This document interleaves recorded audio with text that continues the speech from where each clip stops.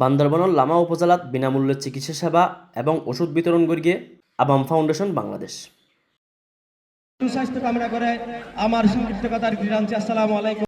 আবাম ফাউন্ডেশনের সাংগঠনিক সম্পাদক মহিন মিজানের সঞ্চালনায় জানুয়ারি 24 তারিখ শুক্রবার সকাল 10টা বাজে চাম্বি সরকারি প্রাথমিক বিদ্যালয়ের মারত এই চিকিৎসা সেবা এবং ওষুধ বিতরণ অনুষ্ঠান অনুষ্ঠিত হয়। জানা যায় 11 জন ডাক্তার লইরে আজিয়া এই চিকিৎসা সেবা দেয় তারা এবং প্রায় 500 হইতে 700 পর্যন্ত রোগীরে সেবা দিব।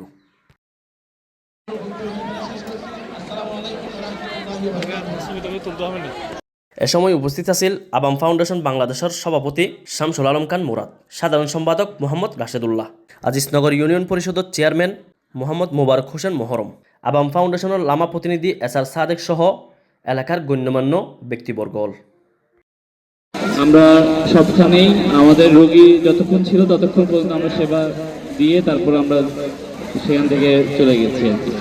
তো একটু জাস্ট আপনাদেরকে একটু নলেজ যেটা বলার জন্য যে আমরা চেষ্টা করি যে সর্বোচ্চ মানে পরিমাণ বা আমাদের যতটুকু সামর্থ্য আছে সেই অনুযায়ী ওষুধ নিয়ে আসতে। আসলে আবাম ফাউন্ডেশন বাংলাদেশ সারা দেশে এতিম এবং অসহায় হতদরিদ্র এলাকায় বিশেষ করে মেডিকেল ক্যাম্প সেবা এবং এতিমদের পড়াশোনার বিষয়ে কাজ করে যায়। আমাদের সমাজের অনেক নারী এবং পুরুষ, যে স্যার বলেছেন, আমরা রোগ নিয়ে আসলে খুবই অসুস্থ।